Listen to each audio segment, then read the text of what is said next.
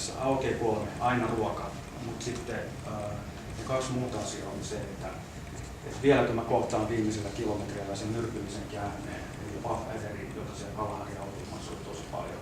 Ja mitä tapahtuu, jos se iskee viimeisellä kilometrillä? Ryömikö mä maaliin, kun sankarillisesti voi hakea koko hoitoa?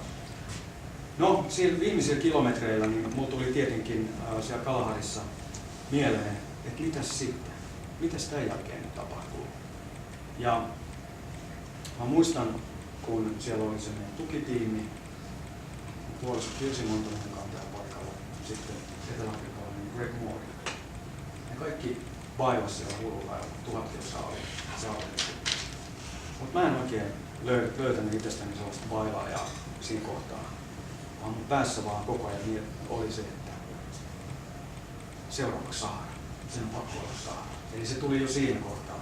Ja sitten kun mä tulin kotiin, no suunnilleen kun oli koneessa laskeutunut ja tullut kotiin, niin tietokone auki ja mä kirjoitin tietokoneelle Sahara 2012. Mut miten se tapahtuu, miten se tehdään, niin mulla ei ollut harmaata aavistustakaan. Mutta tuossa sitten on. Joo, siellä löytyy